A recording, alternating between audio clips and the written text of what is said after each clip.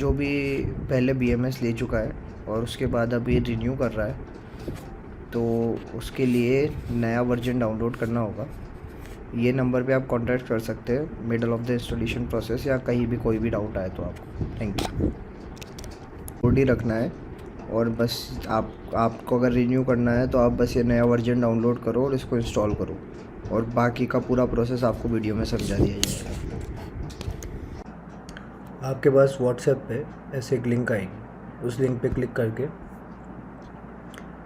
Website पे आना है। अगर यहाँ पर आपको हिंदी में ऑप्शन चाहिए हो तो हिंदी में भी ले सकते हो, otherwise you can continue in English. यहाँ पे डाउनलोड का ऑप्शन आएगा, डाउनलोड पे क्लिक करना, डाउनलोड स्टार्ट हो जाएगा। बीच में ऐसा आए तो आपको 3 डॉट्स पे क्लिक करना है, keep, then go to show more, और उसके बाद कीप एनीवे। जैसे डाउनलोड प्रोसेस कंप्लीट हो जाए, you have to open file और यहाँ पे मोर इन्फो में जाके रन एनीवे।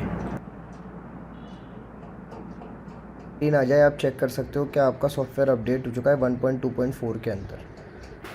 सो जैसे सारी चीज़ें अपलोड होती थी पहले वैसे ही होगी, बट अब नया फीचर ये है कि आप एक ही मतलब मल्टीपल फाइल्स अपलोड कर सकते हो सॉफ्टवेयर में।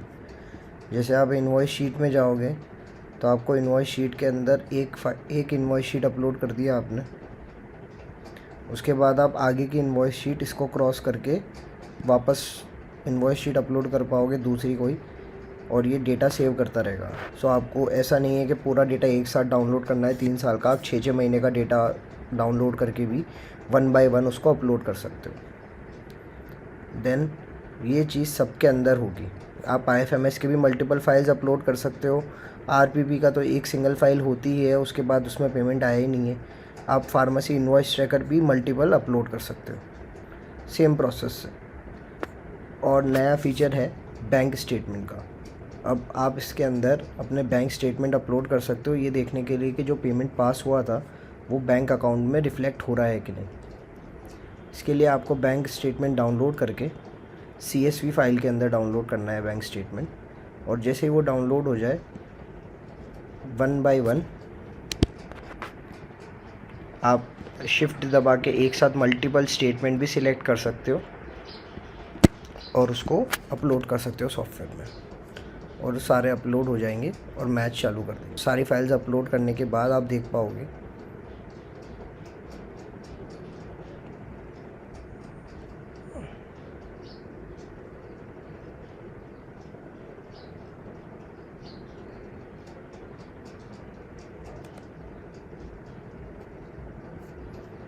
सब फाइल्स अपलोड करने के बाद जब आप इनवॉइस मैचिंग में आओगे तो पहले जो एक्सपोर्ट इन एक्सेल करते थे सिर्फ एक ऑप्शन आता था।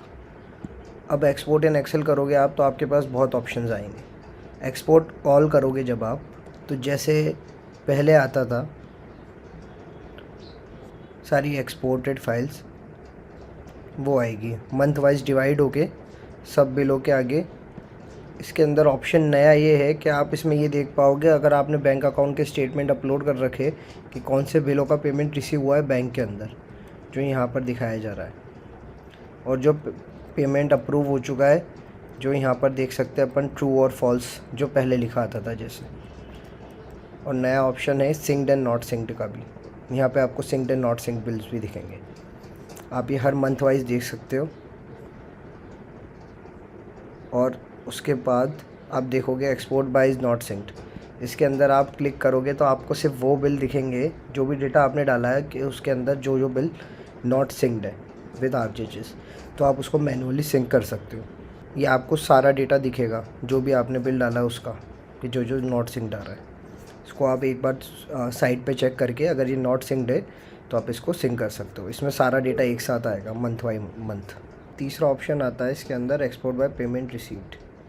ये जैसे एक्सपोर्ट करोगे आप तो आपके पास उन बिल्स का डेटा आएगा जिनका पेमेंट अकाउंट में रिसीव हो चुका है, और ये भी सब मंथ वाइज का एक साथ आएगा। यहाँ पर आप सेग्रीगेट कर सकते हो कि इन किन बिलों का पेमेंट रिसीव हो चुका है अकाउंट में।